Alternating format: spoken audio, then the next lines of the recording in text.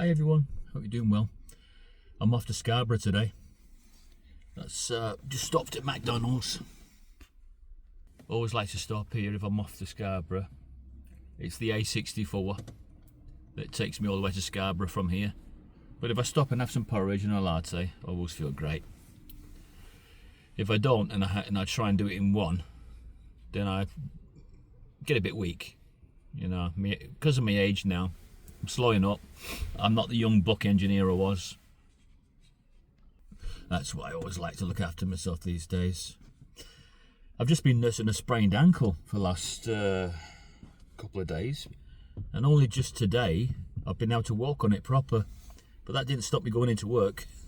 In fact, yesterday I was in Preston and I had to park on a lower car park and I had to walk into town with my sprained ankle. But what can you do? Couldn't get a parking space any closer because of my van and the barrier height restriction that stops me. Anyway, just seen the picture, right, on the world stage of Putin, the Chinese prime minister, president, leader, dictator.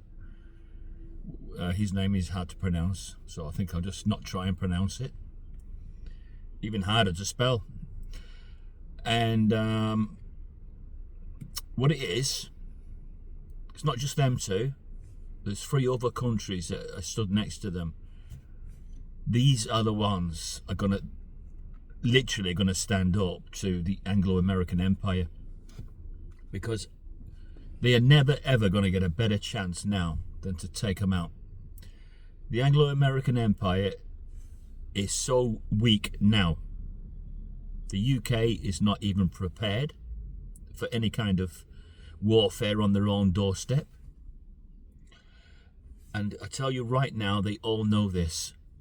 Putin knows this, and all his allies know how weak the Anglo-American Empire is. That's why they will attack it. Could mean, of course, that we can expect troubles on our own shores, massive problems. All the NATO countries could come under attack. Is it any surprise to me? No. I was expecting this many, many years ago. This is what I've studied all my life, that this would happen in the last days. The Anglo-American Empire currently is still in power. That's what the Bible says. They are the last human world power. So China and Russia and Iran and North Korea and India and all of the others, they don't actually succeed in taking them down in a human way. But I'm sure they're going to make an attempt. They've all got their heads together at the moment, just lately, and it does seem as if they're all saying the same thing.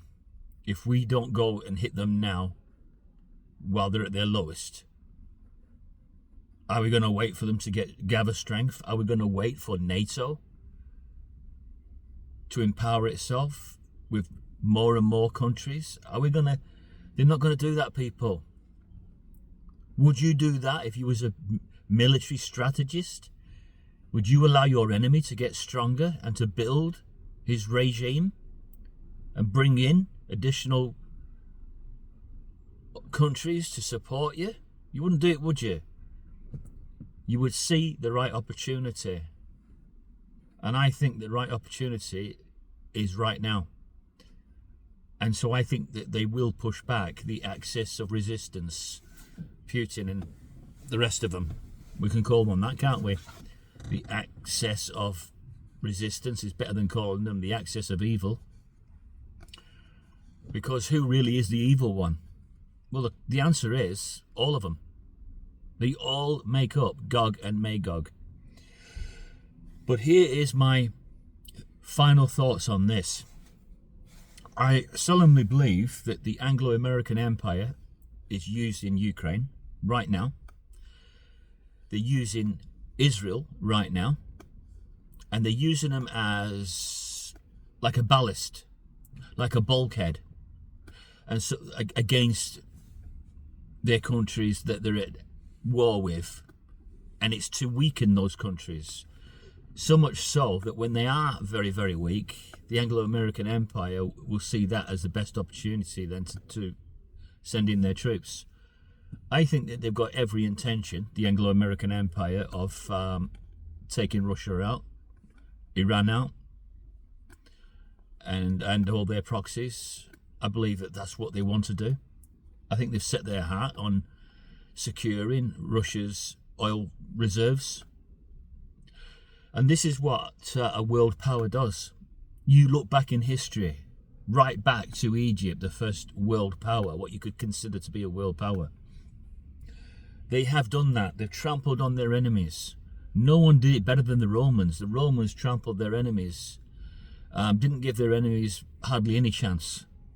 It was either, you get behind us now, you support us, or we'll wipe you out. And I think the same philosophy is ingrained in the Anglo-American Empire. They're so used to getting their own way through lying, well, yeah, for sure, lying about these phony wars. Which I believe most wars are phony. It is like one game to the rich and powerful. Doesn't matter to them. They've backed both sides anyway, and so they can never lose. But I actually do think that we are so close. We are either so close to the Messianic kingdom intervening by way of the Great Tribulation starting, or if that wasn't to happen, we are going to see an attempt, just like George Soros, the Hungarian billionaire, said, China will own the New World Order. They will own it. So they could be the most powerful driving force between the axis of resistance, Russia, Iran, North Korea. It could be China that is what the Zionist, what BlackRock, what all the powerful untouchables as they think they are.